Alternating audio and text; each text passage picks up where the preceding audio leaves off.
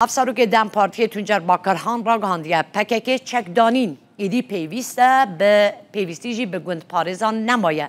باکرهان پیشنیار کرد که گوند پارێز ایدی جنها و پی و لگوندان شمانتیه بکن. هر وقت بیجه جبو که گوند پارێز بیکار نمینن وکه پارتی چه دسته وان به اوه بکن.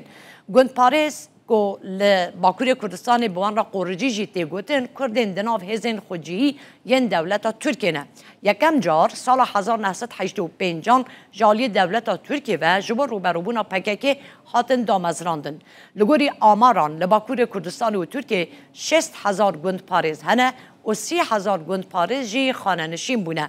هر وها 17,000 گوند پارێزین خوبخشی هنه. حتی نها در شهر ارتش ترکیه و گریلای پکک ده در دورا 2,000 گوند پارێز هاتنه کشتن 3,000 وانجی بریندار بونه. Biraz şimdi inşallah korucu arkadaşlar نها هوالین گوند پارێز بیکار نامینن واته اگر چک و روبروبون تمام بون دنیا یک گوند پارێز هنه. Abi elinde silah olacağına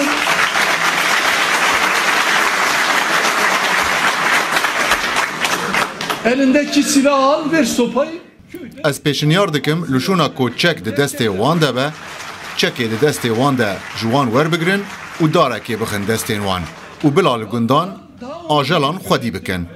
براستی جی اف ارککی برومتره لشونا کو گندی خواه تپسر بکن و چکان لدجی وان راکن بلال وان آجلان بنیرن.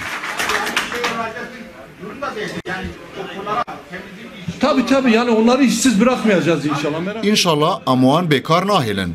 باور بکن وی روژه گوند پارێزه کی تلفون هوالین مین شیورمند کر و جیره گوته بو هون پارتیه که به وجدانن و هونه خودی لمافین مجی درکوین جبر کو دزانه دما آشتی چه بو ده روشاوانجی بی روژوه امسوز ددن وان هلبت او تشتین کو بری چه بونه دوی لی پرسین بوان را بکرن لی جبو کو او جی بیکار نمینن چش دسته ما بی امی بکن